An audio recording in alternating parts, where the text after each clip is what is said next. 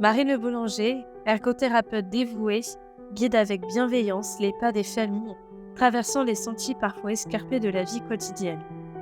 Aux côtés de Marine, des familles formidables, des enfants au courage sans limite, défiant les lois de la nature et embrassant chaque instant avec une intensité déconcertante.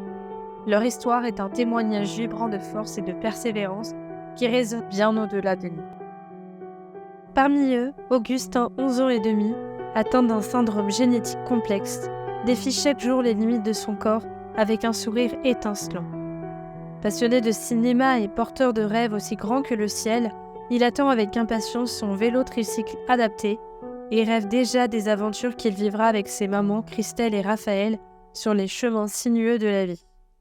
Il a un syndrome génétique qui génère de l'épilepsie, des troubles cognitifs et un TSA, qui fait qu'il est en difficulté dans sa motricité globale et sa motricité fine, donc tous les gestes du quotidien. Grandissant, on s'aperçoit qu'il est de moins en moins en activité. On a du mal en fait à le mobiliser sur des activités extérieures. Tu as eu un premier vélo quand tu étais plus petit. C'était quoi ton nom ? Un tricycle. Un tricycle. Tu as du mal à le guider tout seul. Tu as tendance à regarder un peu partout, mais plus trop la route. Quant à Mathéo, sa présence rayonne au-delà des mots, bien que ses pas ne puissent encore arpenter le monde. Ses parents, Christelle et Michael, découvrent chaque jour une nouvelle facette de la force et de la tendresse incarnée par leur bébé, comme ils l'appellent, de 14 kilos. Face au défi, ils cherchent inlassablement des solutions pour offrir à Mathéo les équipements qui accompagneront chacun de ses premiers pas.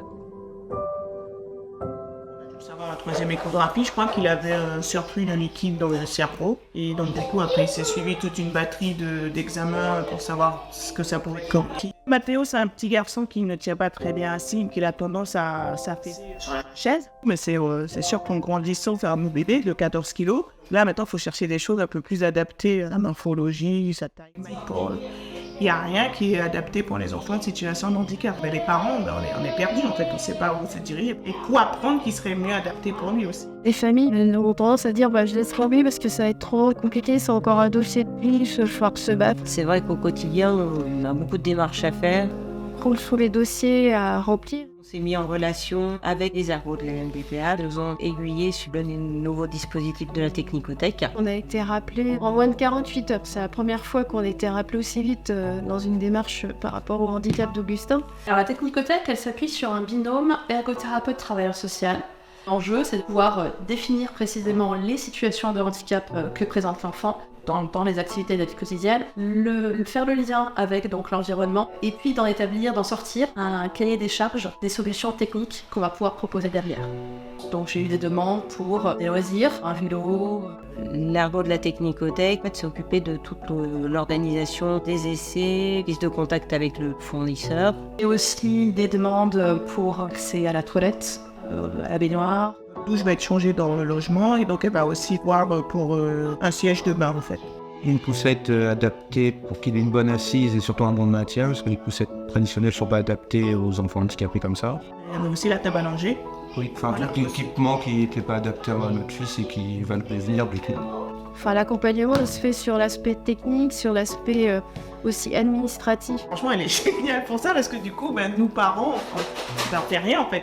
À part lui dire si ça nous plaît ou si ça nous intéresse. Là, on n'a pas eu de grosses recherches à faire ni rien. C'est vrai qu'elle nous a orientés directement vers des bons matériaux. Voilà, c'est ça. Et de ce côté-là, on n'a pas eu beaucoup de boulot à faire. Non, c'est elle qui fait tout. Ne pas avoir à se battre et se concentrer justement plus sur le moment où on pourra acheter ce vélo et puis aller se promener, faire des choses comme tout le monde en fait. Et aussi, ce que je ne savais pas, c'est qu'on pouvait aussi essayer les matériels. Alors ça, c'est la cerise sur le gâteau. Elle est venue faire l'essai avec toi. Elle est montée aussi.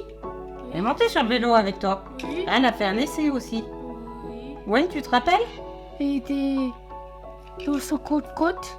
Oui, dans le vélo côte-côte. Elle a essayé le vélo côte-côte avec toi, ouais.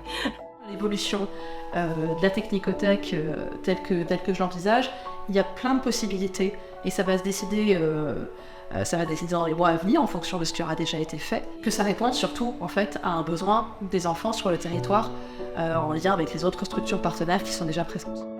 Est-ce que tu es impatient toi d'avoir un vélo ? Oui, On t'ira faire quoi avec alors ? avec la Picasso Club, avec la piste cyclable. On a dit peut-être si tu arrives à bien pédaler, on fera une journée ou deux sur la Loire à vélo. On essaiera d'aller le plus loin possible avec le vélo. Oui. Sur la technicothèque, il n'y a rien qui serait adapté à lui. Hein. J'ose même pas imaginer, ce serait pas possible en fait. Hein. Heureusement que ça existe d'ailleurs. Madame Boulanger, c'est une personne vraiment bien. Et oui, il faut Ah ouais. conseiller les parents d'y aller, et se renseigner. Voilà, on voit qu'elle aime ce qu'elle fait. Faut pas Donc ça hésiter. continue et tout faire pour que ça reste. Ah ben,